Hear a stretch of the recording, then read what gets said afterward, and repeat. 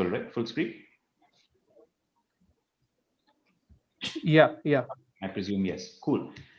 Great. So in this report, I won't take you through all the details, but quickly we cover, the key segments which are seeing very strong demand in data centers. We talk about the whole technology ecosystem and the tech stack, typical for a data center setup and the whole ecosystem. We'll talk about the different types of data centers, right from hyperscale to edge, third party versus captive. We will talk about, how are these different types of data centers different, what are the key aspects and parameters of these data centers. We'll also talk about, how are some of these offerings of a data center, how are they different from each other, right from data center owned and maintained to customer owned to sort of customer in-house, different ways to look at data centers. We'll talk about tier 1, 2, 3 to 4 type data centers and also go deep into how are the tech parameters of them different, how are the use cases different, who are the key players within that space. We will talk about what is driving growth of data centers and what will continue to drive growth. We will talk about how is different, what are some of the roadblocks and headwinds, which is within the growth of data centers, right from land assessment to a couple of other important parameters. We'll talk about the size of market, the growth that it has seen historically. We will talk about some critical aspects of data centers like land availability, what is the right aspects of land to look at, how easy is it to get quality land for data centers. We'll talk about the key players and the player ecosystem. A lot of investor activity is starting to happen within this space. So we'll talk about some of the marquee deals and the leading investors within this space. We'll talk about micro markets. So which cities, what type of players are establishing more presence in. We'll talk about, what are some of the economics and performance metrics of some key players. We'll also talk about the different, we'll also talk about the cost structure of setting up and running data centers, and what are some of the value drivers in creating more economies of scale. We'll talk about some of the regulatory changes and some of the government interventions that is likely to fuel demand and also help scaling and growth within the sector. We'll also talk about a lot of technology trends that the data center ecosystem is experiencing and how they are likely to impact different segments and what kind of growth impact they can create. We'll also talk about some of the major global trends, that will impact this ecosystem within India, and also hence which are some important segments and players, which will see this impact. So that's broadly, the report that covers some of the important topics within data centers. I will come back to the topic for today, which is the discussion on the whole data center ecosystem. So just to come back to the event, I will sort of skip through the report. Yeah. So just some broad guidelines before we kickstart the event. So one is, of course, we encourage a highly interactive discussion between all the panelists and the moderators. We'll all have our videos open. So, of course, I recommend and suggest and request all of you to do the same. We've reserved about 5 to 7 minutes towards the end for Q&A. So we will take important questions. There's a comment box. So all the attendees, as you have questions, please write in the comment box. Some questions you might be able to address on the go, which we will answer as we run the event, but we have reserved a couple of minutes towards the end. We might only be able to answer some selective questions, so please do feel free to raise all of them. And those who we are not able to, we will of course come back and we will happy to set up more follow-up conversations. Post the webinar, by the way, we will be sharing the key takeaways of this session with all the participants. So, no need to take any notes or anything. We'll of course, feel free to, but we'll of course share do a detailed news email of key takeaways towards the end. So there's some important 7 key questions that we want to focus today. And like you will see, we have kept it very, very sharp. We have kept it very outcome oriented, action oriented. So first, let's talk about how has the whole data centers market evolved involved in India in the last 3 years, and what are the key segments and verticals that are driving growth? Any end use segments? What's the future outlook? How fast is it expected to grow? And specifically, let's talk about what has been the impact of COVID, with this whole surge in data consumption. Then let's talk about some of the whole global trends and technologies that are likely to be relevant for India, in terms of technology trends, demand trends, business models. So let's talk about them. Let's also talk about the local ecosystem. So how conducive is it for the market? Let's talk about the supplier, the regulator, the whole end customer, labor, land kind of landscape, and what is needed to improve and create data center as a bigger opportunity within India. Let's talk about the economics and what kind of returns and exits can investors expect from their assets. How should investors think about the business, and what is the right investment thesis? What's the right asset to look at? Let's also talk about what are some of the new business models that are emerging, right from remote monitoring, management, newer services, green data centers. So we'll cover all of that. How is the whole capex and opex of data centers improving? What are the levers for value creation? How do you actually drive improvement in capex and opex? And finally, let's talk a bit about the whole regulatory landscape. What are the views on the whole data center policy, and what are some improvements needed to make data centers an attractive opportunity for India? I will I will now hand over the event to Savio. Over to you, and to kick off with the questions and the panelist discussion. Absolutely. Thank you, Ariman, and welcome again, panelists. I think very, very aptly put by Ariman regarding the focus on data centers and how we're looking at it. As probably the new sunrise the segment in global infrastructure. So having kept that thought and the list of questions that we did speak about, maybe I quickly ask the first question to Kamal, you, and the basically the question also revolves around how has this data center market evolved over the last few years, say 2-3 years, and what are the key segments in the verticals that are driving this focus today and in the future? How is that going to be, and how has actually COVID played an impact on this market? So maybe I take your first thoughts, Kamal, on this. Yeah, so this is a very obvious question. So we in SIFI were in data center business for the last 20 years, having set up the first tier 3 data center in India 20 years back. So we have a long history, but if you really see the last 3 years, I think there are a lot of good news, both in terms of what is happening in the enterprise industry, which all of us know, which is around digitalization. I mean, there is a lot to talk about digitalization, but for in the last 3 to 5 years, I will say, but which has really gained huge momentum in the last 3 years. The second aspect is about the data localization, where government of India, directly, indirectly are guiding enterprises and particularly, e-commerce, financial institutes, the importance of data localization. And third, and the third one is obviously our, as consumers, our penchant for content, right? So in various ways, this has impacted positively the data center business. Digitalization has or demand has led to cloud adoption, increase of the number of cloud service providers. The hyperscale cloud service providers has come to India, and we have seen big growth around that. And we as data center providers are also pretty much a part of that ecosystem, right? Data localization, almost all the financial institutes. The other day I saw, I think American Express being called, they can't do business in India, unless they localize their data center in India. Content, I mean, it is endless, and particularly during the lockdown period, we have seen the growth of the content. And we'll talk about the COVID scenario later. But one very significant thing which has happened is the interest which the government is showing, again, directly and indirectly. And obviously, they are coming up with a lot of policies.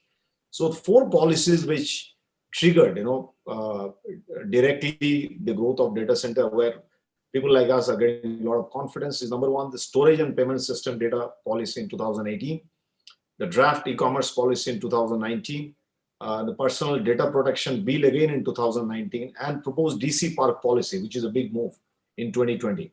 So you will see, a very good amount of participation and, and policy related support also, both at the enterprise side and the government side. So it has been good. It has been quite a good time for the data center operators, and as a result of which, in the last 3 years, almost 310 megawatt of new capacity has got added in India. and 50% of that being in Mumbai. And all of us know that Mumbai is the hub of India's data center market. Existing players like us and a lot of the other peer group, they have increased we have increased our capacities across multiple cities. Mumbai, Noida is a new destination. Chennai, Hyderabad is coming out to be a new destination. I mean, more number of data centers coming up. The real estate companies, like Iota, with the real estate background, so they are also in the fray. Foreign data center companies, as we have mentioned in the report, that they are doing a lot of acquisition in the Indian market. And the likes of Adani's, they are in collaboration with specialized data center companies and coming to India. And I'm also hearing that cloud players like Amazon and Microsoft, I'm sure all of us are hearing, they are opening up their own captive data center in Hyderabad. So this is an interesting time, and we all talk about COVID and the personal challenges and business-related challenges which you are facing. But I think this is one industry which is going to play a very big role in handling all these situations in different ways. Even something as we know the Arogya Setu app completely runs on cloud on one of the hyperscalers, who must be hosted with one of us only. Okay, and the healthcare, the kind of crisis we are going through, only digital healthcare can only support us, and the speed of execution. I think that's call of the day, and all these things ultimately will lead to the fact that you need to adopt cloud. Those cloud need to be in very robust data centers. So this is according to me, there are many things to talk, but most of the things which I could remember happening in the last 3 years. Wonderful. And what you would say would be the key segments that will drive this demand going ahead? Okay, so there are three distinct segments, broad segments. So one of course is segment, second one is verticals, and there's a slight difference between segment and vertical. From our point of view, we have got three segments of our customers. The number one segment, obviously, in terms of volume, being the hyperscaler and the SaaS provider, software as a service provider, right? Who are providing software as a service or platform as a service or infrastructure as a service, right? That is one segment. The second segment are the OTT players. They're going to be very big in India. And, as consumers, the more we demand content, more we demand, faster speed to access the content, there will be a marriage between the OTT players and the network players, which is definitely going to happen. And trust me, when we talk about data center, we normally don't talk about network, but it's like they are growing like twins. And we being in the networking industry in a big way as a network service provider, so we feel it every day. Data center and network are going hand in hand. And of course, the third segment is the Indian enterprise segment, right? Indian or MNC enterprise segment. And of course, there are a lot of verticals over there. And a few years back, we classified those enterprises in 4 different types. I mean, classification from more from a cloud perspective, but in a certain way, the data center will also be a part of that analysis. So we had 4 different kind of customers. Customers who are cloud ready, customers who are cloud friendly, customers who are cloud skeptical, and customers who are cloud hostile, right? And some of them were also data center hostile, right? They will not move out of the data center. But in the last 1 year, what has happened, I think it has brought a lot of changes, in the vertical, distribution of customers in these 4 different types of customers mindset about cloud or data center. Okay, we can talk a lot about that, but and of course in verticals, right from banking and financial institutes, the entire BFSI segment, the e-commerce, the communication, media, technology, utilities. I think there is only the curve is going up. Curve is not going down. So and I can also see stock exchanges like NSE looking for data center outside their data center. Okay, so these are very interesting moves. And pharma companies who have been traditionally on premise, they for regulatory reasons, for some kind of security threats what they perceive. They never wanted to go outside their data center, but the COVID scenario has changed everything now. So you will find anybody and everybody either being a direct consumer of cloud, or and or direct consumer of cloud and data center put together. So that's the take. Wonderful, wonderful. I mean, really amazing points over there. So let me quickly, come to you, Bhaskar, and probably get your views also on the same. How has the evolution happened, and how do you see that, shaping up going ahead? Sure, sure. Thanks, Xavier. I know, I think Kamal got the first opportunity. It's always like, in the exam, the first question is always lengthy, right? And then the second question onwards, you will get less time to comprehend. But I think majority of the points Kamal ji already covered. I'm coming from Pi data centers, which is, relatively slightly new compared to, SIFI and, some of the players. And of course, Manish is following us, Yota. So what I have seen in the last 6 years, and of course, that digitization, as Kamalji mentioned, is rapidly, multiplying. And in the last 2 years or so, we are seeing a tremendous increase, right, across the globe, right? That is one point.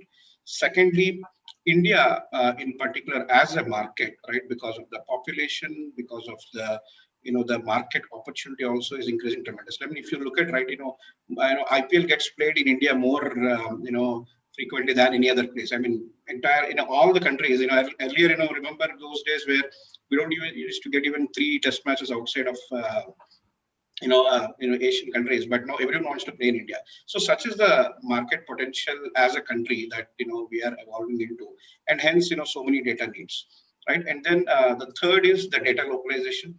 Still, I would say it is not as stringent as some of the, Asia Pacific countries and the European countries. But then there are early indications that it is going to go and more stringent and stringent. And that would also completely pivot the way the demand for data center needs would be there, right? I mean, I was just reading some of, as you said, one of the real estate JLL's report. Today we are consuming about 375 megawatts, but it is going to increase almost 3 times in the next 5 years, right? It's significant jump. And are we there to really pick up that kind of a demand? I mean, my personal view is not there. I mean, while unlike a software companies where thousands of companies are there within India, we are only handful of data center operators, right? Purely Indian operators.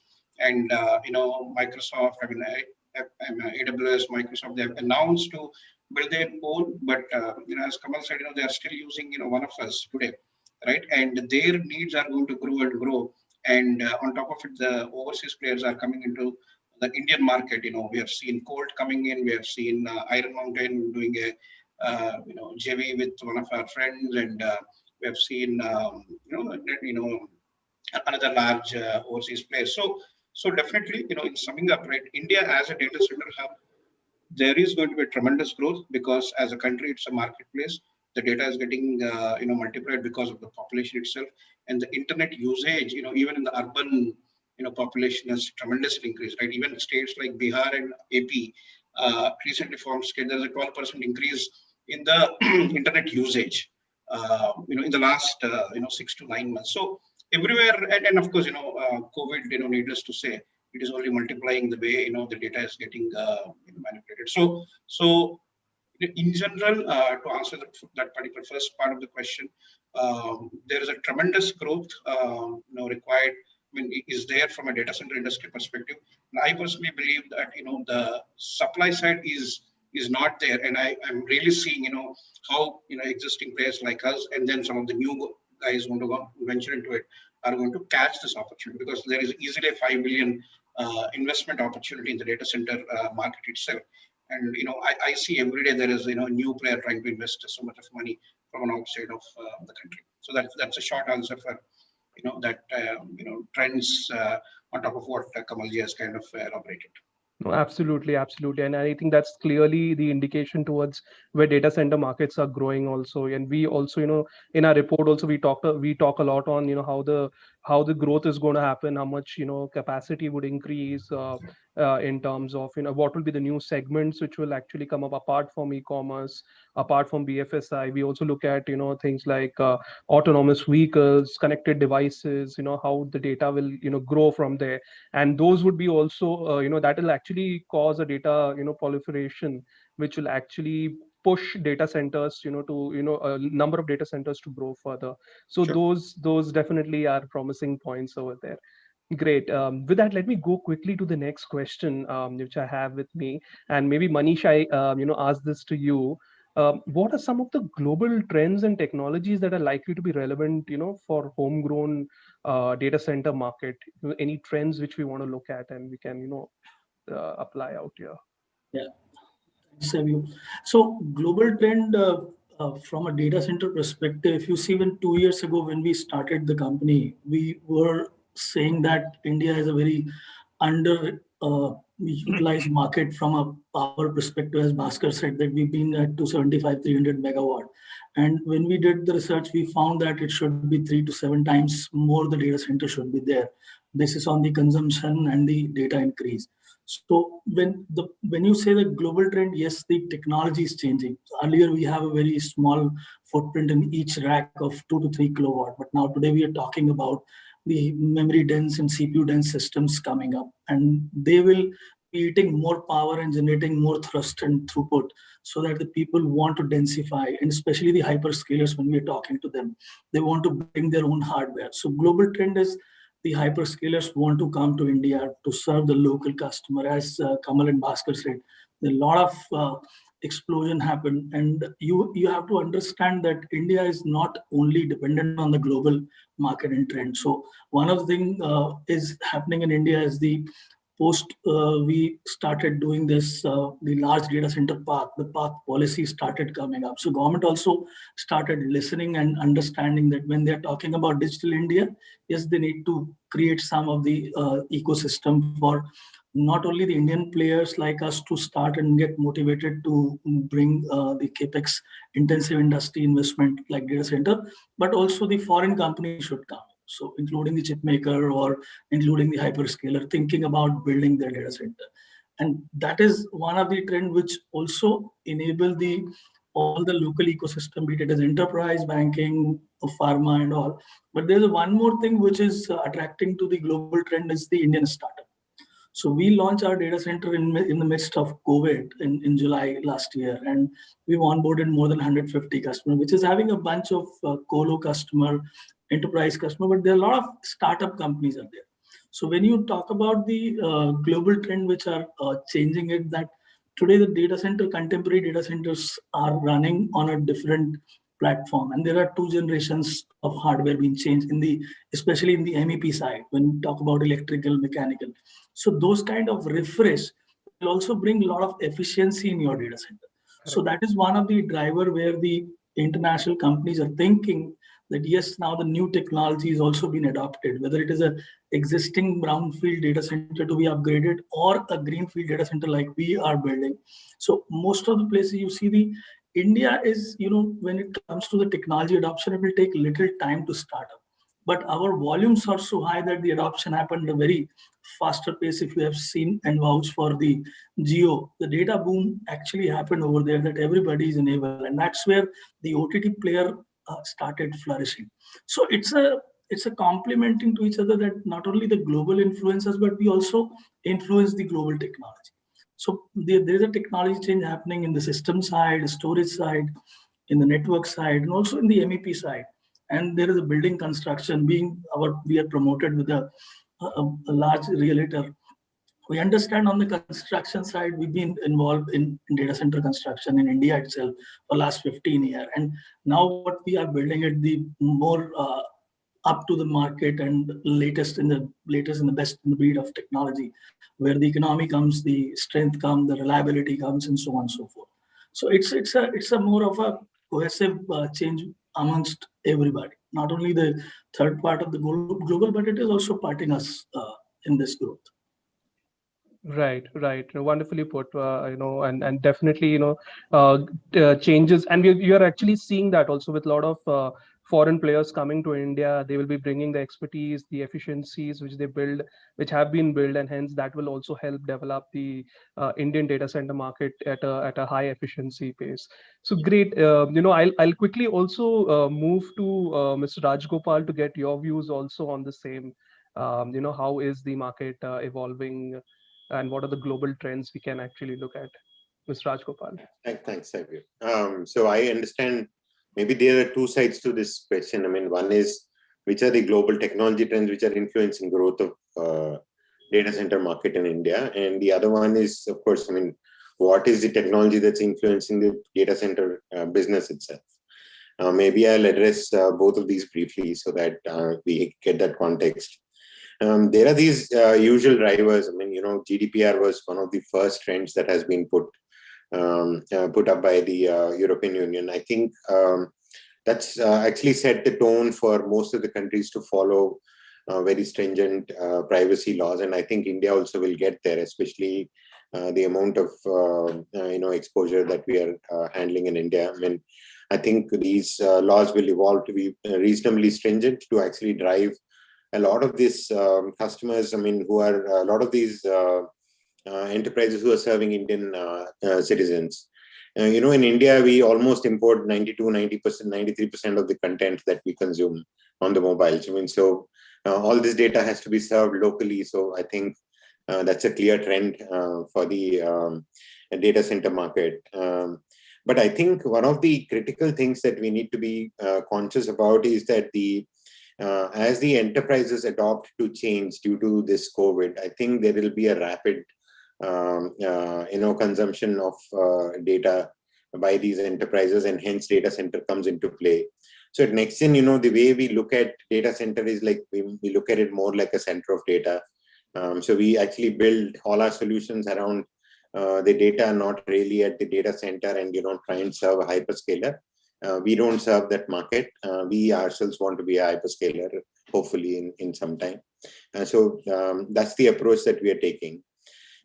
So to summarize the thought process, I think much of the data is being consumed. I mean, is being imported in India, and that data has to be hosted and consumed within the country, which is the first trend that we should look at. In terms of the other consumption that we will see is that there'll be a lot of enterprises which will adopt to this change that they're going through. We are seeing almost every single customer of ours. We serve more than 1,000 customers. I mean, they are all looking at dramatically changing the way they're doing computing today. We also serve the Election Commission. We run their entire IT. I mean, we also serve the Ministry of Health. Anything related to COVID, we run it. I mean, and most of that stuff that we're doing is some exciting possibilities that are there. So this will dramatically change the consumption of data center capacities in India. For us, I mean, one of the challenges that we've understood over the last 1 year, my team had to actually go stay in the data center. They're now sleeping there.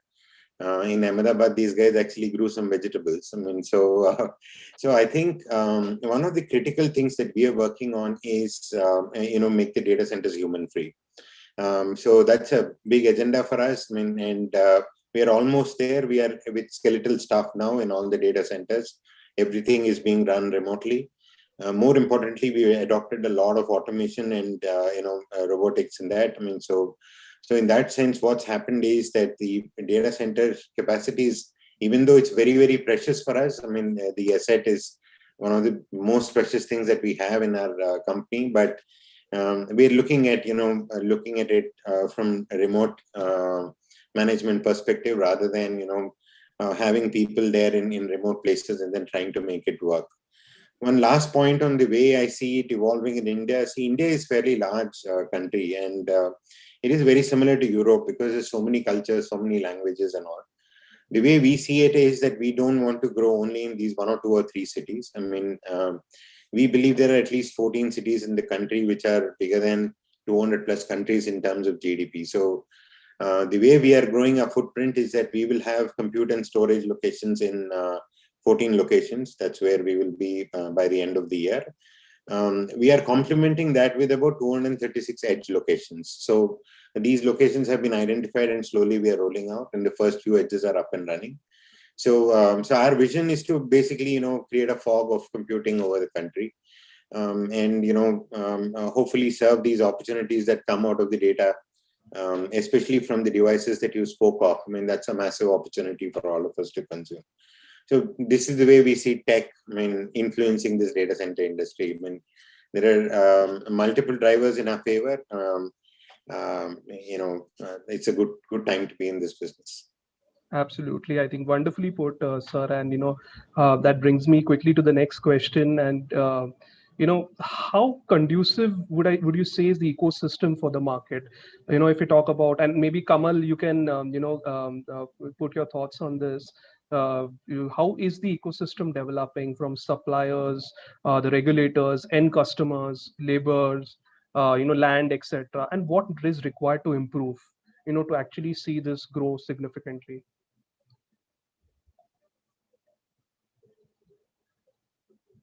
Kamal, you're on mute. Can you hear me now? Yeah, can hear you. Yeah. So there are a lot to talk about, how India is a challenging market to develop and operate data centers, which is why we have also seen, a lot of the new entrants in the market, they stumble and fall far behind their schedules. Okay. So I don't want to go into specifics, and the reasons are understandable. While it may not be a straightforward job, to develop data centers in India, but there are experienced players, who are there in the market, for quite some time, and there are also players like Yota who has an infrastructure background, because ultimately, I mean, the base is the infrastructure, right? So we these kind of experience help us to with, and of course with deep understanding of building data centers in multiple geographies. Like we have a data center in Calcutta also. We have a data center in Bangalore, Chennai, Hyderabad, Noida, in almost all the cities, And I heard Rajagopal talking about the edge data centers. So we have a plan of being a network player. We have got 2,000 POPs across the country, out of which we have identified 90 POPs for making them, edge data centers. But having said so, with this kind of experience, we do navigate, and I will not kind of paint a very glorious picture here. There are challenges, and it's probably the experience which helps us to overcome that. And we'll be launching more new capacity in the next 2 years than we have done in the last 10 years. So our 10 years capacity, which we have built in the next 2 years, I mean, we just started already. We'll be building more capacity than that. Okay, so we have to overcome these challenges. And in fact, the COVID also throws a different kind of challenge, right? The availability of the laborers, on the ground. I mean, because when a data center grows, right from acquiring the land to making the building come up, these are basic jobs. I mean, I stay in Noida. I can see so many buildings half done, around us, right? But yes, it is also encouraging that there is a shift in policy. For example, particularly Uttar Pradesh. I mean, you might have seen it in the paper. And in fact, Tamil Nadu government, or even Andhra Pradesh government, Telangana government, they are coming forward, fully understanding what is the value of data centers, and they are trying to ease out a lot of these difficulties. And we are all encouraged, I'm sure. I mean, we all who are there in the data center fraternity, we are all encouraged by these initiatives, and we are hopeful. And I'll point out one area where we need to see really further improvement in India is when the customers they want to buy data center, and the kind of requirements what they float, or the RFP what they float. My view is that these are all 10 years old, right? The reason being, the choice of data center is no longer the choice of a kind of facility and power. There are so many other things which are around that. For example, your network availability, your adjacency to the hyperscale cloud. Like today in the era of hybrid and multi-cloud, I'm little digressing. in the era of hybrid and multi-cloud, you are expected to have any enterprise would get benefited if the hyperscale cloud and the enterprise data center are located in proximity. Which means connectivity from each of these data centers to the hyperscalers. So so on the customer side also there are certain improvements which are required. I must say, we don't talk about it daily, but these are some of the things which came to my mind, which I thought let me bring it up. Yeah. So this much from my side. Wonderful, interesting points over there. And maybe Bhaskar, I ask you this question after where do you see these challenges in terms of operations, in terms of land, labor? What are the how is the ecosystem developing over there, and any improvements required? Yeah. No, I think like Kamal said, I mean, I personally see that things are definitely improved a lot. There are so many data centers are coming. Governments, individual pockets of government, state governments are giving incentives to players to establish data centers in those states, right? So things are definitely happening, right? And foreign FDI investments are coming. Overseas players are able to get in there, and then the public cloud players are just expanding the way they want, right? I think overall, I would say the environment is definitely conducive. But having said that, definitely there are areas to look at from the improvement perspective. So number one, I think if you look at, uh, I still see, I'm sure so many seniors are there in the panel. I still see a regulatory forum exclusive for data centers is still missing, right? I think guys like you are kind of grouping us together in these kind of forums. But if you look at, we have NASCOMs, we have CIA, etc. But then I still see there is a exclusive group for data centers as a regulatory body is something which is missing. The reason I want to highlight that is these are the groups and forums which will be aid to the government in terms of policy making, right? So that leads to government also looking at data. Of course, we have mighty, we have guidelines for CSPs, etc. But then I still see that a regulatory process wise as an industry to the data center industry, still I think there is a substantial improvement needs to be done. Number one. Number two, in terms of awareness and even on the academia side, right? If you look at the software industry's perspective, right?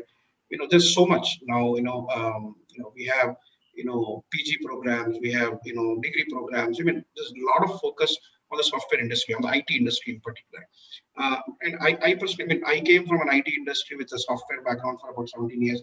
Then the last 6 years, when I see here on the infrastructure side, definitely there is a need for academia also to focus on the infrastructure and in particular the data center segment, because that is evolving big. Because I still see that in terms of the capability, right, or even the skill set, right, it is not as much as available as you would get it in from a software perspective, right? I mean, programmers, etc. perspective. You won't see so many of experts, right? I mean, I don't know, probably double digits. You'll find ATT certified people who can actually design a data center, a complex, tier 4, tier 3 data center, right? So that's the second area. Now, the third area which comes to my mind is, if you look at customer perspective, this is on the customer side. Still in India, right? As the statistics say, 45% of our data centers are in Mumbai, right? And then 25% is in Bangalore, Chennai, and Delhi.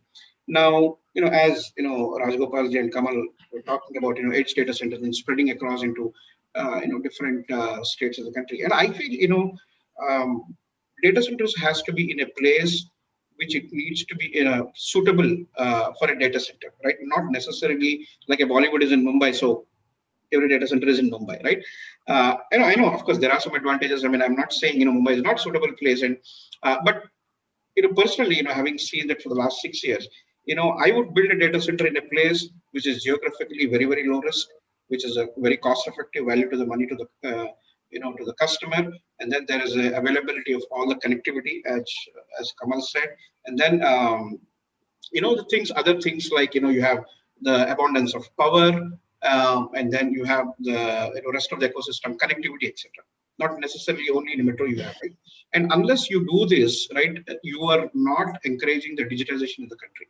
and of course, edge computing is going to become more and more prevalent. So there has to be this POPs, and there has to be this computing that needs to come closer to the end user. But I still see there are a lot of these customers, they want their data centers or even the third-party data centers in an arm's length distance, as if it looks like they're actually putting their hand and then accessing their data, right? Which is not the case. So that is other mindset.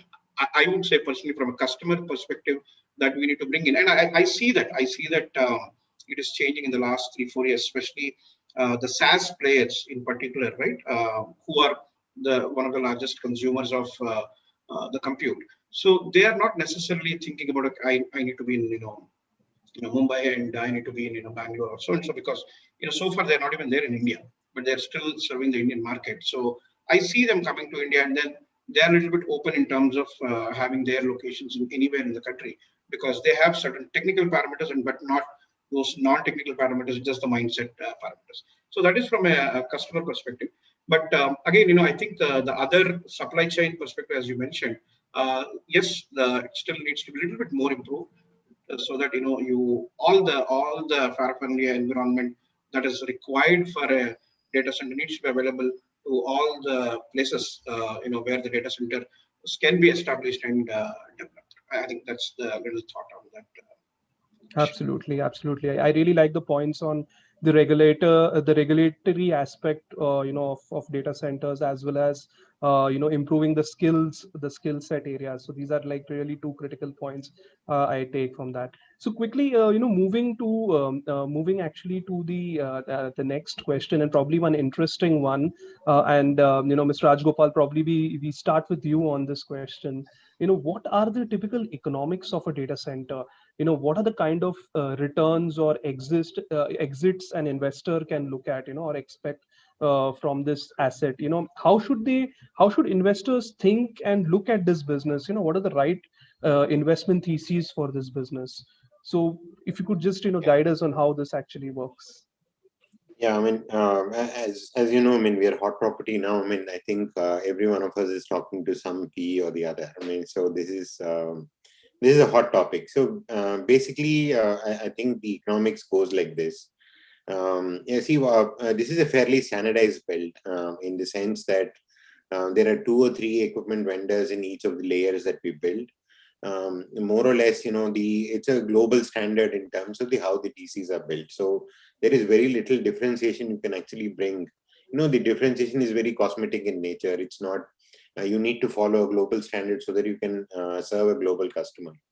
So considering that it's a fairly mature delivery, mature product that is being built, I mean, most of the people tend to spend between 35 to 40 crore rupees per megawatt. I mean, the muscle plays a role, but the role is like 5 to 10%. Beyond the point, you can't negotiate because it's only 2 or 3 vendors at each of these layers, whether it's cooling, UPS, or power distribution, or whatever. So, so there is nothing much that we can gain in terms of the investment that can go in. The other aspect where we can make the business very attractive to investors is that in India, debt is very, very expensive. For example, I mean, most of us will be operating around 14%. I mean, that's not viable. Why should I make 14% for the bank? I mean, just because they gave me a loan which is ridiculously secured. So the way an investor should look at it is that typically a PE would actually want a 22 to 23% kind of a IRR return. So a combination of investors would actually help. Now, for example, on our investor board, we have Intel, we have World Bank, which is IFC, and we have Iron Mountain as one of the shareholders. So we have 3 shareholders on board. So the way we are looking at it is that the PE expectations are met by maybe 30-40% of the investment. And then we actually bring a pension fund or somebody who can actually bring down the cost of capital significantly. Because instead of trying to earn 14-15% on a secured manner for a bank, I think you can give a far better return to the investor. So considering that you can easily achieve 45 to 50% EBITDA, because this is, it's a very, very good business to do. I think if we have a combination of investors or a bunch of investors, I mean, some who look at very low return, I mean, especially pension funds, combined with some aggressive people to actually bring, I mean, start up the growth, I think is a very good combination to have as an investor community. But in terms of expectations, I think we all know when it runs on EBITDA multiples. I mean, so we are a growing market. I think we should demand a multiple of 18%, but of course, the mature markets, it's about 13%. Since we have a large growth opportunity, we should push a better multiple return than you would typically expect in a mature market like this. But the opportunity is significant. Almost, I mean, everybody wants to come to India. So I think this is the time to tighten the belt, ensure that we have a good EBITDA so that you get a good return on the investment. Did I answer your question, Savio? Yes, absolutely, Mr. Rajgopal, and wonderful points on that. Maybe I quickly ask Kamal to give his views on the same. How do you expect, investors to be attracted and interested, and the theses in this investment thesis? Kamal, you're on mute. Sorry. Yeah. So I'm saying we are one of these companies who we look at it a little differently than probably many other players. There is no doubt, globally data centers, have become a very attractive, investment asset, and even more so because the global interest rates are historic lows, right? Is the lowest, much lower than what's in India. So this has actually prompted many private equity players and other investors to enter Indian markets, looking to capitalize on the market growth and steady returns, as Rajagopal was mentioning, much higher return, right? But what we have seen is that it's very clear that the investors are attracted to pure play rental based business, like only data center. They look at only as a real estate, right? However, there is with our philosophy, I'm talking about SIFI now, with our philosophy, there is little conflict because we don't look at our business as pure real estate business.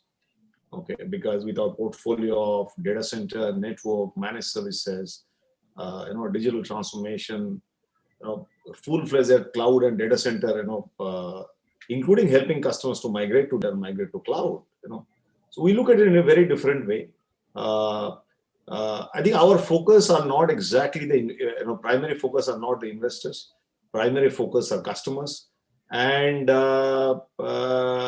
any day we like investors whose primary focus are also customers, and not exactly the building and the infrastructure, right? So there is a DNA mismatch, between us and most of the investors. At times you can see here and there, news popping up. We also see that. There's a DNA mismatch because we look at, for us, what value we can add to the customer. It is extremely crucial, and we are not a pure play data center provider. That's why when I see some of your reward, I was glancing at you, I see everybody's name and not SIFI, because we have got multiple lines of businesses. We are also known as a very large network player. We compete with the major IT players in data center and cloud transformation, and we also have data center.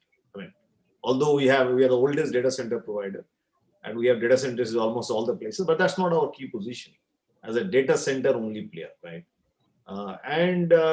So we are in the data center business for a long haul. As I shared with you, all of you, in the beginning, more than 20 years, we created the first data center, in Navi Mumbai. I'm sure Arindam will know about it. And we continued to do investments ourselves. And of course, we took, some operating, loans from banks for operational reasons. But mostly we have been able to create a self-sustained business. Okay, so any kind of investment in our company would be with the right kind of DNA. Who will value more our customers rather than the value of the assets. There are many people to value that asset. So there's no doubt of that. Yeah. So that's my take. Right. So good. That's an interesting points and interesting aspect to it.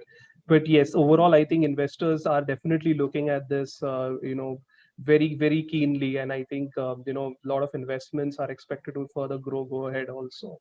So I'll quickly move to the next question. And Manish, may I get your views on this? What are the various business models emerging within data centers? Remote monitoring, management, etc., and the whole talk about green data centers. So could you just guide us through this?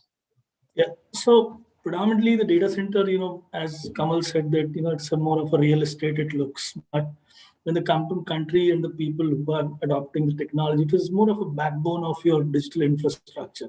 So one predominant business is the co-location, where you provide the infrastructure to a customer and multi-tenant, multiple customer bring their digital asset and they run their compute, their storage, and their networks. The second part is which is coming up is the managed services. So you also provide not only the hosting space, but also bring the managed services, some of the manpower, the skills to blend with the hosting with the technology services to mix and match both the things, the cloud. So we as a Utah, we also have Colo and we have a tech services where we offer our cloud like the other market players are offering. So we also give our own cloud. So today, most of the customer, whether they have tested the cloud somewhere, they are cloud savvy or cloud hostile, they want to have hybrid kind of approach. They want to keep something on private, something on-prem, something out of prem. So the third thing is the cloud business and the connectivity.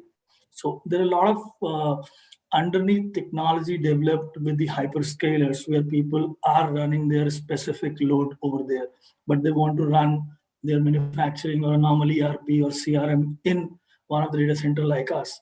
So they want to interconnect between their public cloud or a hyperscale cloud. So they want to create a hybrid connectivity. So that connectivity is a bigger business. And as and more of the digital adoption happen, the new thing which is coming up, the security services, security operations. So whether customer is hosted with you or a customer is hosted at multiple location of his own or on a public cloud, he wants somebody to, give you a single pan of a space where you can find out the vulnerability, you can close them, you can sandbox them, you can create the honeypot for the new line of trackers attracted to your digital business.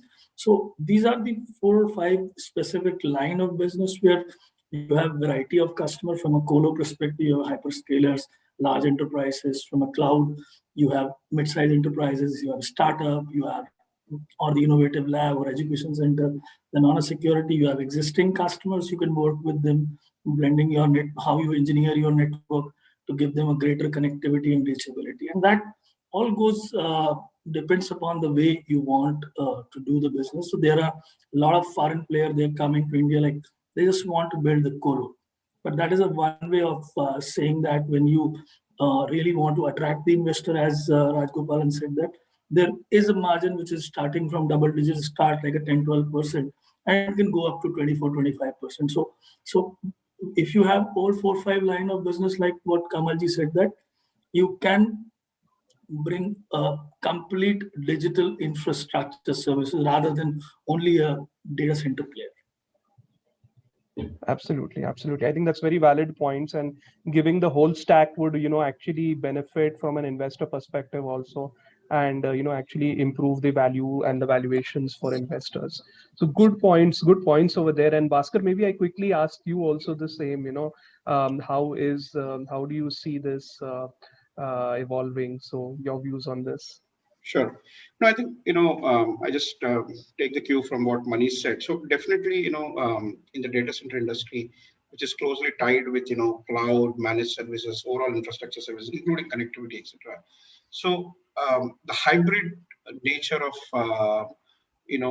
implementations and deployments are going to be the future, the order of the future, right? So, putting in context of what we do from a Pi data centers perspective, right? We run 3 business verticals. One, of course, is co-location, which is our core as a data center player. And then we have right from day one, being the infrastructure player, probably, who else other than, the data centers who can actually launch their clouds. If you look at India, AWS, Azure, as Kamal said, they are all sitting on some of us, right? So having that infrastructure backbone, we are probably the right, set of people who actually also have to, offer the cloud services to our customers. And that's what we have done exactly right on the day one when we actually launched data centers. And third, of course, is the managed services. So all three, go hand in hand. And, in fact, we run our cloud services under the name of Harbor One. And today, and the story doesn't end there only, because today, if you look at, right, there are a lot of OTT players, market is increasing. And that is one of the reasons we have launched recently our CDN services also called Harbor Front, right? So besides the core co-location, which is a very traditional way of offering your space, power, and connectivity, and real estate space, this technology is something that which you cannot avoid, because most of the time when you're talking to a customer, so for example, there are a lot of banks whom we, in conversations, if you just go and tell them that you are just a co-location player or you are just a cloud player, you will not cut the ice, right? Because their needs are hybrid, and you need to offer them in a cloud space for certain workloads, and they also look at certain co-location space because they want to have their own firewall, they want to have their own switches, etc.,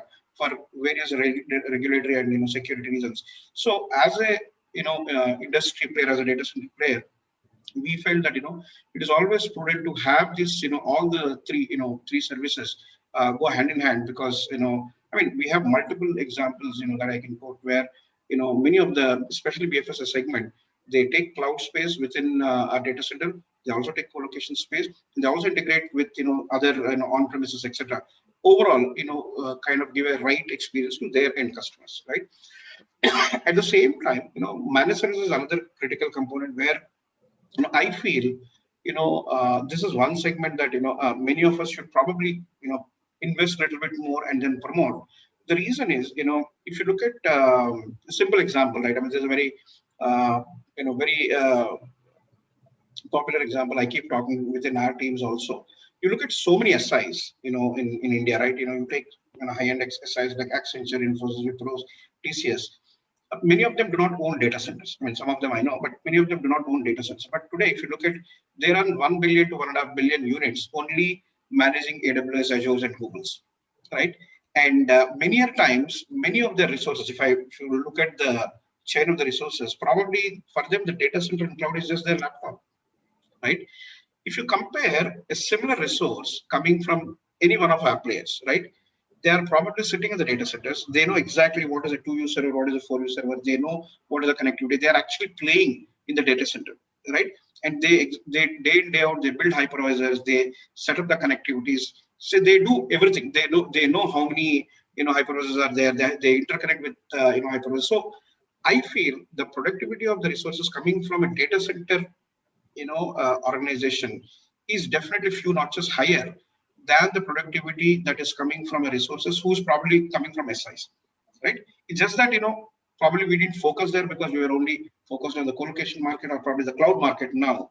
And this is an area where probably I believe that, we should also focus to help the industry, help the customers, because there is a more awareness, there is more skill set, there is more, productivity, compared to the SIs who are actually making a lot of money on some other cloud or some other data center, right?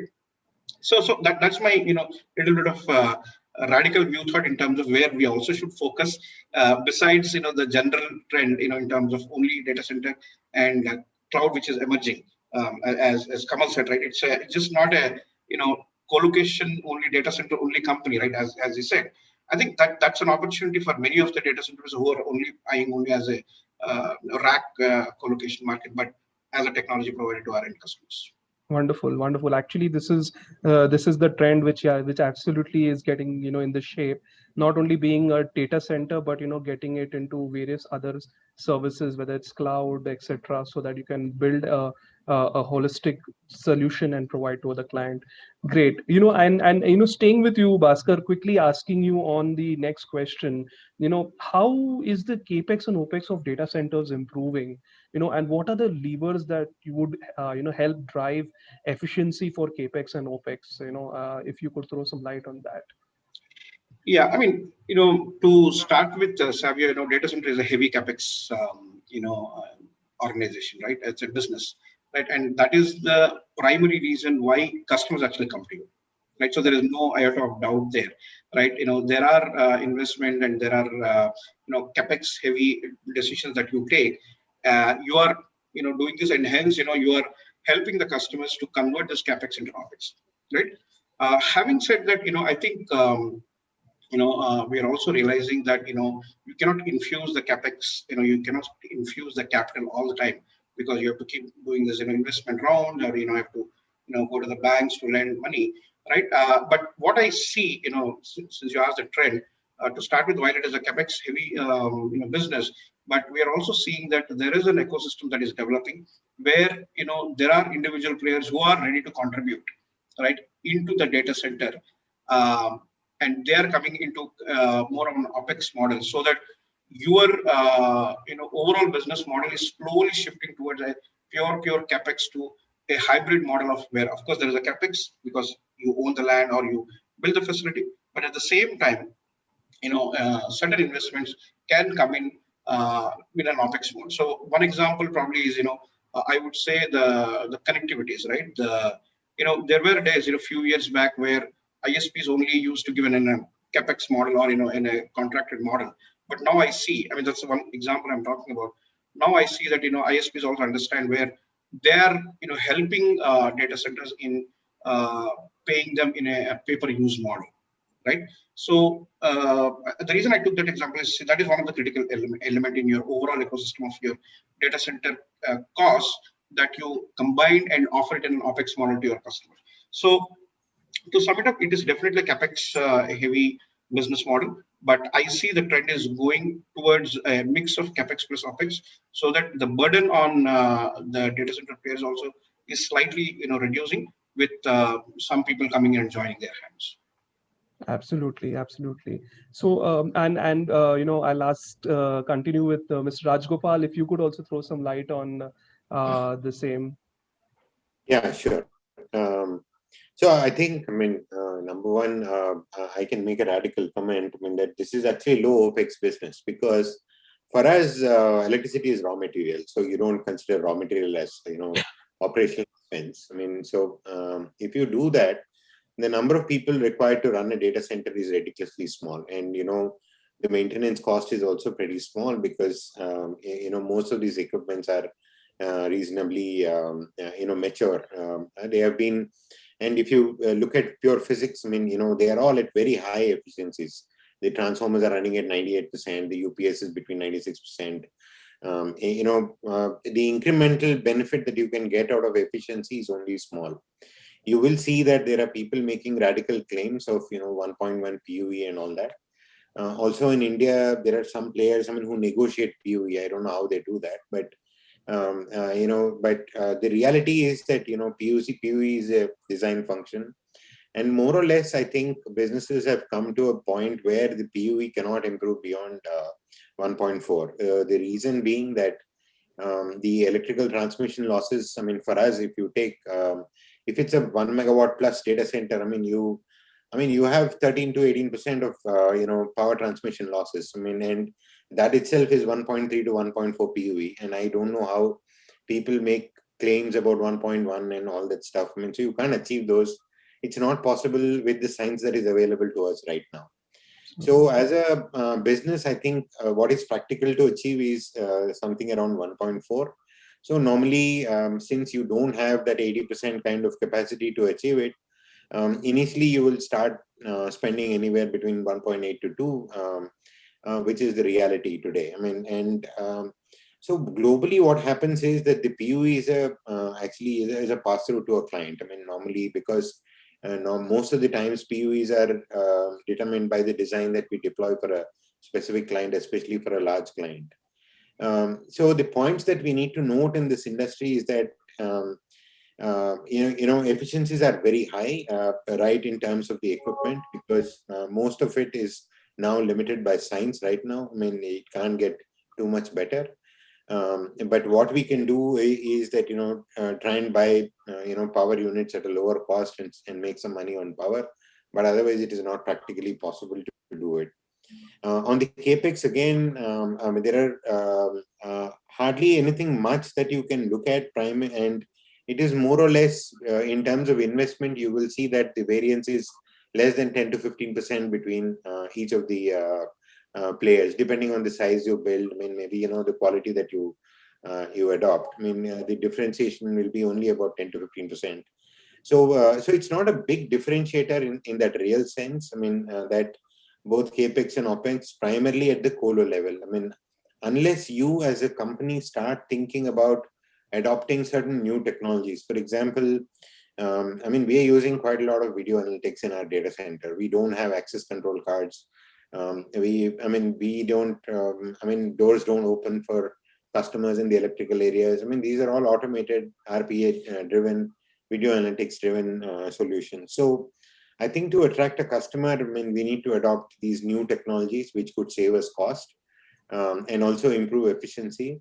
More importantly for us, I think what is more important, as I told you, is that we should eliminate the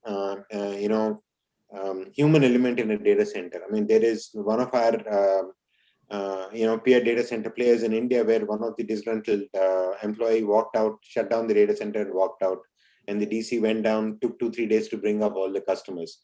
Those are the things that we can't afford to have. So basically, I think we should invest quite a lot on automation and robotics, so that the human element is taken out of the data centers and they become far more reliable and far more operationally viable to actually do it. Because I mean, it's a pure reputation game. It's trust. I mean, you go down once, I mean, your business is ruined. I mean, so it's purely reputation, and I think we should make the right investments and then invest more in new technologies so that we build certain differentiator on this product. Right. I think all interesting points there, Mr. Rajgopal. That quickly brings me to one of the last questions which I have before we open it up for the Q&A session.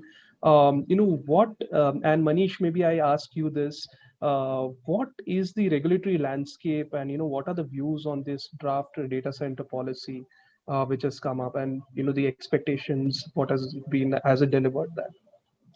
So one thing is for sure that what we have seen since we came into the market, that government started accepting this as a mission critical industry. So they have almost brought us next to the telecom industry like essential service, and they are into the listening mode. So we recently started the work in Noida and Chennai. So see, typically to build a data center, as Raj said that, and Kamal said, that you need a lot of approvals. There are 50 to 60 plus approvals. So that is a very difficult process where people get stuck up. And once you have the foreign players trying to build, they always come up with somebody in India like us. And that is where the whole thing from a regulatory perspective need to be changed. So this perception need to be changed, whether we bring a body like what Bhaskar said, that to regulatory body in data center, or we smooth, or we do a single window kind of process for data center.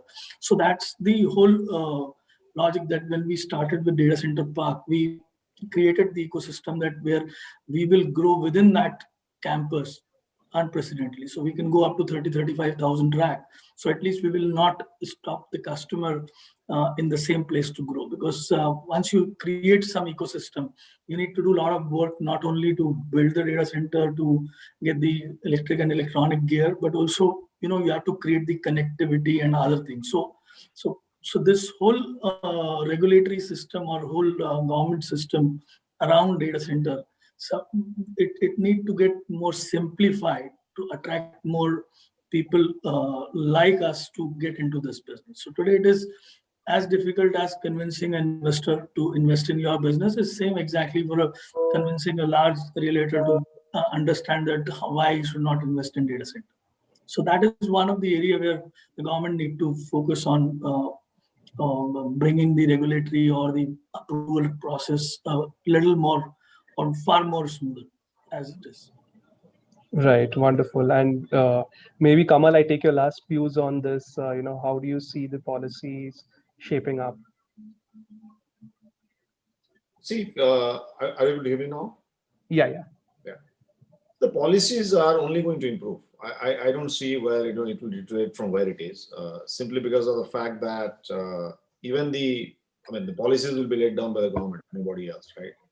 So if they have to, face the challenges which they are facing today, in terms of, COVID is one of them. There will be many of them. And I think government has also taken good steps, irrespective of the outcome, and shown good intent in terms of digitalization of the entire payment systems. Something which happened during demonetization, and I mean, a lot of things happening now. I think it's very clear that they are there to support the data center industry.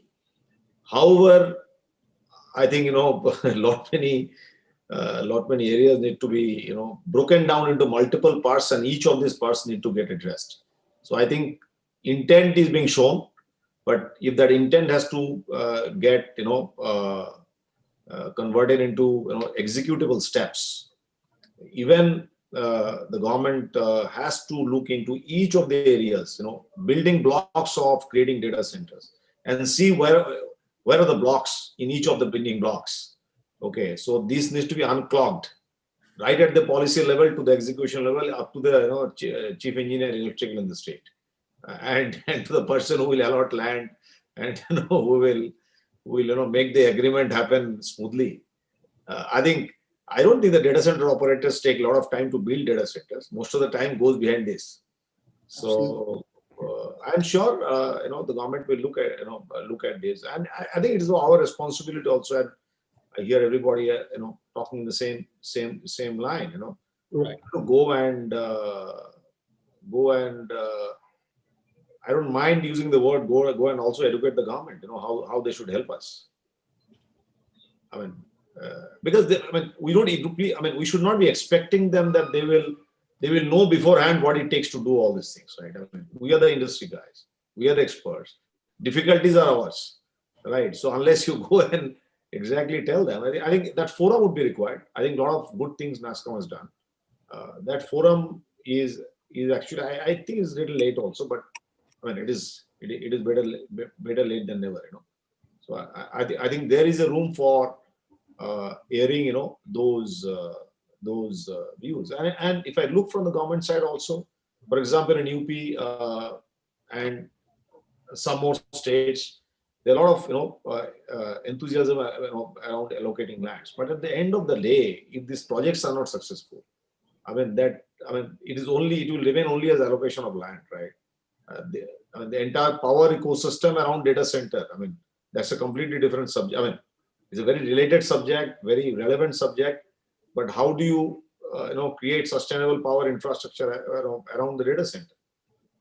Those are other challenges. So it is not only data center infrastructure, but a whole lot of other issues around that, including some of the ease out of the execution of the policies. Right. So I think all wonderful points, and I totally agree that the government's push is definitely there, but the operational hurdles which are there, that should be probably more streamlined, so that the pace in which the data centers can be set up is much faster than and not stuck in approvals, to get all the approvals in place. Well, that brings me to the end of the webinar discussion, and I'll probably pass it on to Aryaman to have the Q&A session. So Aryaman, over to you. Yeah, no, thanks, Savio, and actually, thank you everyone, Kamal, Mr. Rajgopal, Bhaskar, Manish, extremely sort of helpful inputs. Thank you so much for sharing your valuable views. I hope, all the attendees, you found this useful. I'm sorry, we've been completely full, so not everyone has been able to join. Others had to join YouTube and watch us live because we had sort of a lot of very high participation on this event. But hopefully all of you sort of found this useful. I actually, at this point of time, so we have a couple of very interesting questions, from Rajat, from Sudeep, from Mahidhar, etc. So, Arindam, do you want to sort of take the baton from here, and I'll probably come up later and just summarize. I think some of the questions you might be able to answer yourself, some you might want to pose to the panelists. Arindam, we don't see your face, by the way. If you can just put the screen up a bit. Yeah, now it's better. Do you want to just take the questions and probably address or ask the panelists? Yeah. We have the questions, a few interesting ones. I will take it up with the esteemed panelists. But before that, I have a personal question to all the panelists. I don't know who is going to answer it. it's a pragmatic question in a sense that today data fuel is actually contributing to the growth prospect of data center industry in India. So hypothetically, if we talk about a number, we have 50 data centers, say by in the next 5 years, having 50,000 devices or rather servers, storages kind of stuff getting accumulated and used. In that kind of a scenario, wherein we can say the data center industry is somewhat semi-matured now, may not be fully mature, what can happen on the reverse side? Can data center at that point of time, maybe in 2025, is it going to contribute back and make or force something to happen related to data centers? Like, for example, can we push the manufacturing industries for these equipment suppliers on the physical infrastructure side or on the server side or on the storage side, which we mostly import today? Is that a possibility? Is that a scenario we can think of? So I think, Mr. Kamal, I would like you to come in. Yeah, I mean, you need to little re-clarify the question. I mean, are you saying, what is the correlation between the manufacturing and? Let me give an example. Today, I mean, in 2025, we are talking about a situation wherein we have hyperscale data centers of 50 numbers and each housing 50,000 servers. So we are talking about, say, 2.5 million servers and associated physical infrastructure related DG sets, UPSs, and all those stuff. Now, most of the cases, all these things are imported, right? Got it. Yeah. Okay. There is nothing happening locally in India. But if the data center growth happens to that extent by 2025, which is projected, can we expect something back in terms of creating other industry verticals, jobs? Basically augmenting other industries also, Yeah. Simultaneously with the growth of data centers. Yeah, right. Correct. I think it's pretty much like the automobile industry. When there is an automobile industry, a whole lot of ancillary industries, grow around that, or a steel plant, grow around that. This is obvious, So as we might be now, I don't know whether you are specifically mentioning about Indian manufacturers of those technologies, or as such the ecosystem of the other technology providers. The entire ecosystem. The entire ecosystem. So very clearly, the network industry will change. It will not. And I have statistics to prove that. I mean, going forward, most of the data traffic will be actually flowing among the data centers, and not so much of the enterprise. I'm not talking about the internet. I'm not talking about the internet traffic. Internet traffic, obviously, because of mobility, other things, they will. It will be always more. So the network industry, the AI industry, right? And in data center industry is going to be hugely benefited by the AI part of the industry, right? Of course, if you create this kind of data center, parks or large data center, a bunch of data centers in one location, it will also change the way the other real estate industries. And I think Hiranandani Group has understood this pretty well. They being from that, why will you live very, very, very far from where your office is? So data center, your office infrastructure, your residential infrastructure, all will be, coming in one place. And what is happening in Greater Noida is a perfect example of that. I mean, I don't know how much it is possible in Navi Mumbai, because Navi Mumbai is a little crazy. I mean, it has become crazy. It was never that crazy earlier. Okay. Yeah, correct. And trust me, you will see moment this 5G becomes a reality, there are a whole lot of other things which are going to change. I mean, it will take a long time for me to explain, but keep in mind data center and 5G together. So moment you keep these two things together, I mean, you will have more questions in your mind, Narendra, I can assure you. Okay? Because that time, the whole, for example, the manufacturing units will, I mean, I was talking to one of the pharmaceutical company. They are saying my workload cannot move to cloud. It cannot go far away from my data center because it is tightly integrated with my, core healthcare, manufacturing units, or sorry, pharmaceutical manufacturing units. So that time you will see edge data centers. Just imagine edge data centers near to that pharmaceutical belt, so maybe in Andhra Pradesh, okay, or AP, Telangana, whatever you call it, okay. So you will find cluster data centers coming up over there. I think Bhaskar is very happy about that. so yeah, that's the way it is going to happen. So keep in mind 5G and data center, including of course edge data center together. Then there are various possibilities which I don't think is possible to be answered in 5 minutes. So we can keep another session for that. Understood. Okay. Arindam, can I add to that? Please.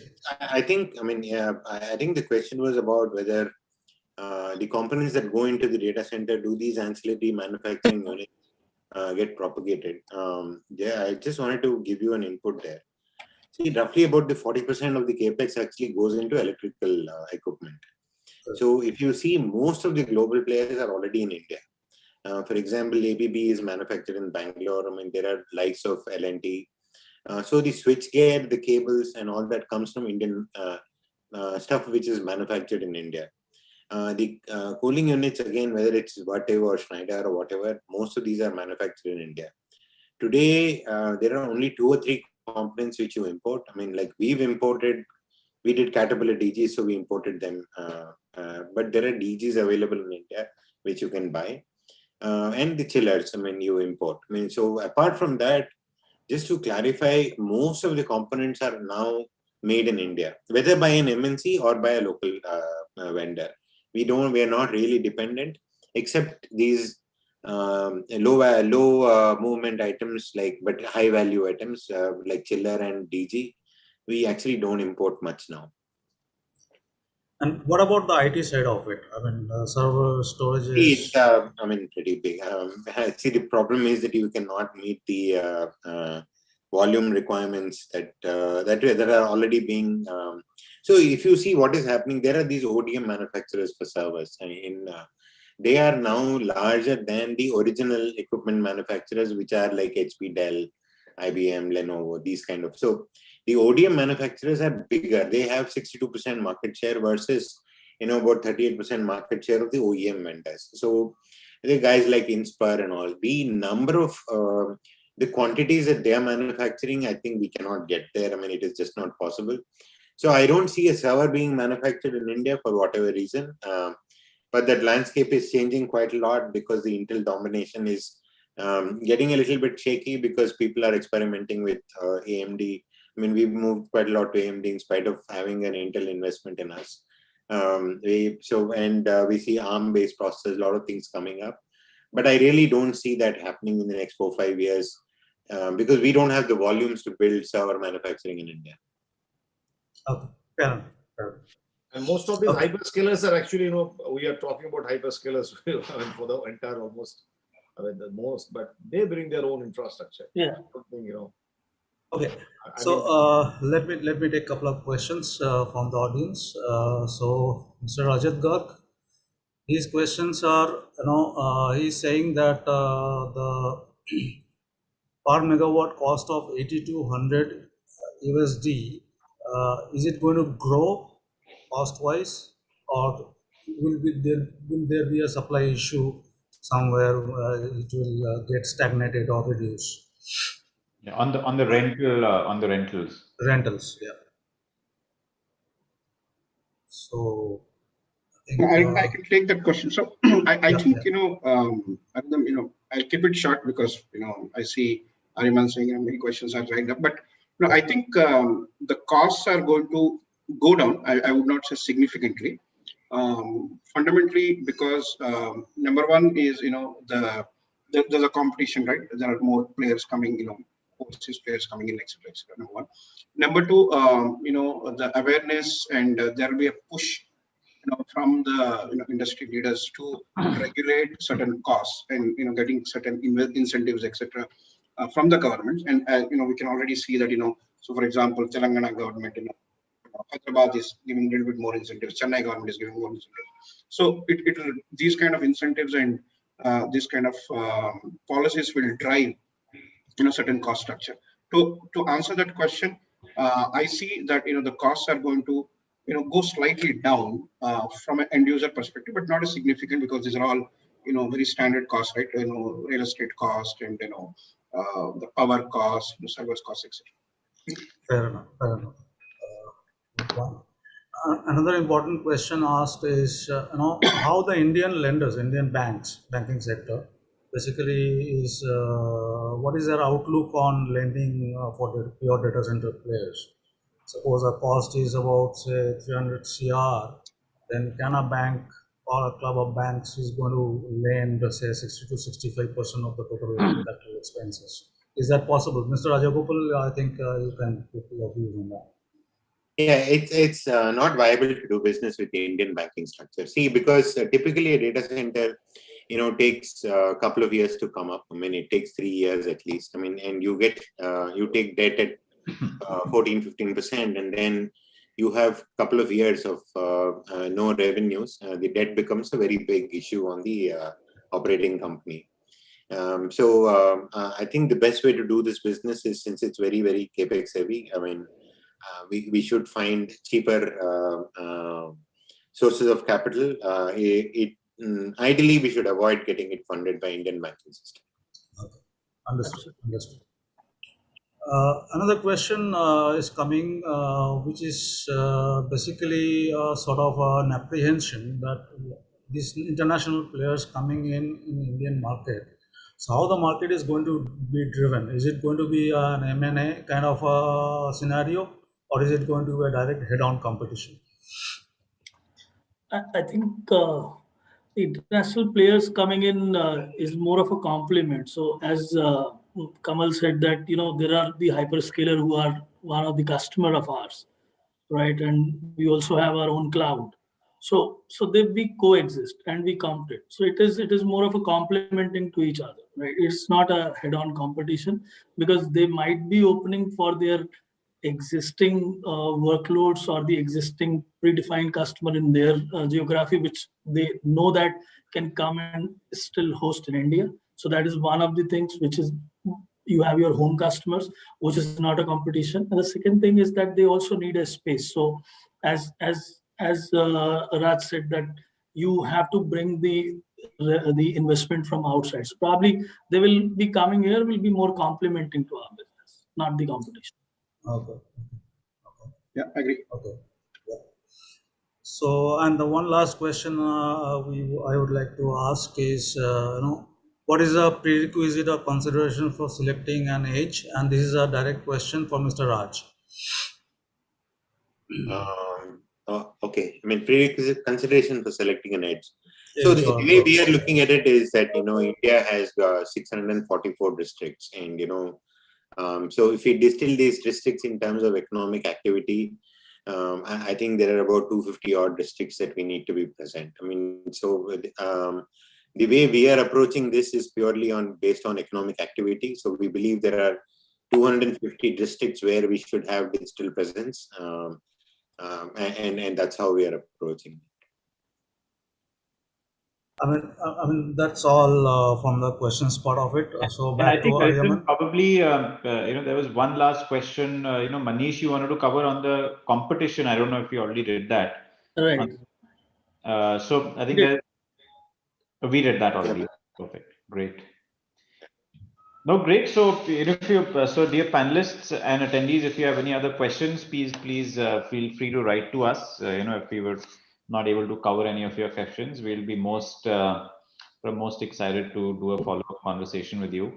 So I just to conclude, firstly, thank you everyone. Thank you Bhaskar, Arindam, Kamal, Manish, Mr. Raj Gopal, of course Savio, my colleague.